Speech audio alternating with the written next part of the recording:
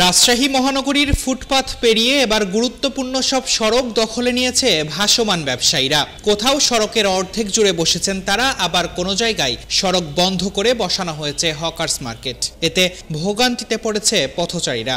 দুর্ঘটনার ঝুঁকি নিয়েই হাঁটতে হচ্ছে মূল সড়কের মাঝখান দিয়ে। রাজধানী ঢাকার মতোই যানজট নামক মরণব্যাধিতে আক্রান্ত হচ্ছে দেশের পরিবেশ বান্ধব শহর রাজশাহী। একদিকে ফুটপাত আর সড়ক দখল, অন্যদিকে প্রয়োজনের তুলনায় বেশি অটোরিকশা। এতে যেন শান্তির নগরীতে লেগেছে অশান্তির হাওয়া।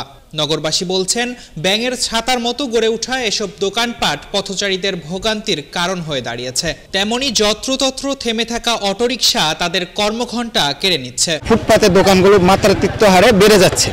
এই ফুটপাতের দোকানগুলো রাস্তার অধিকাংশ অর্ধেক রাস্তা জুড়ে থাকছে বিধায় আমরা রাস্তা সাধারণ পর্যায়ে যেভাবে চলাচল করতে পারি সেটা বিঘ্ন ঘটছে। ফুটপাত থেকে নামতে নামতে রাস্তাতেও চলে আসছে, যার কারণে রাস্তাটা আমরা যখন হাঁটছি আমাদের মধ্যখান দিয়ে হাঁটতে হচ্ছে। এতে আমাদের অটো রিক্সা বা অনেক সময় দেখা যাচ্ছে আমরা গাড়ির সাথে ধাক্কা খাচ্ছি। রাস্তায় জ্যাম থাকার কারণে ঠিক টাইমে আমরা ক্লাসে উপস্থিত হতে পারি না। সেই যার মতো বসে গেছে, এখন কেউ মানে অভিভাবক আছে বলে মনে হচ্ছে না। জ্যামের কারণে দেখা যাচ্ছে ওয়ার্কিং টাইমে আমাদের অনেকেরই সমস্যা হচ্ছে। ঠিক সময় আমরা কেউ স্টুডেন্টরা স্কুল কলেজে পৌঁছাইতে পারতেছি না, আর যারা জব করতেছে তারা তো অফিসে পৌঁছাইতে পারতেছে না। রেলগেট থেকে মহানগরীর প্রাণকেন্দ্র সাহেববাজার 0 পয়েন্টের প্রবেশ সড়ক বন্ধ করে বসানো হয়েছে প্রায় 150 দোকান। নিরাপত্তার বিষয়টিও ভাবাচ্ছে সেখানে থাকা কয়েকটি বেসরকারি ব্যাংকের গ্রাহকদের।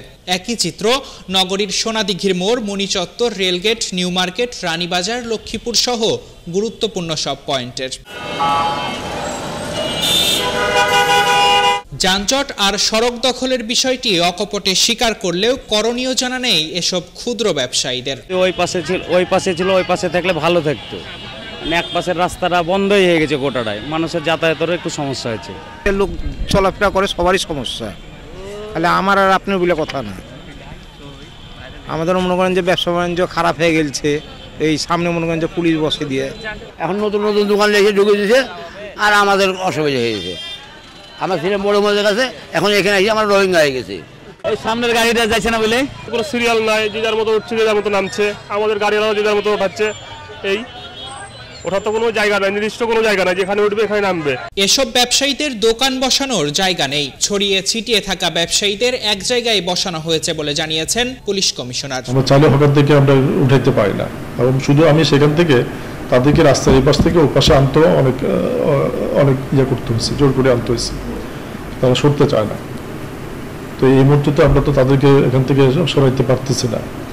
শুধু তাদেরকে এক জায়গায় আমরা যাতে নির্দিষ্ট জায়গায় থাকে সেটাই করার ব্যবস্থা করা হয়েছে। দর্শক, ঠিক কতটা কর্মঘণ্টা নষ্ট হচ্ছে, কতটা লোকসানের মুখোমুখি হচ্ছে এই জনপদ, মানুষ কতটা ভোগান্তিতে পড়ছেন, এসব যেন দেখার কেউ নেই। ফুটপাত নিয়ে রাজনীতি না করে জনকল্যাণে তা দখলমুক্ত করার আহ্বান সচেতন মহলের। তারেক রহমান, পদ্মা টাইমস, রাজশাহী।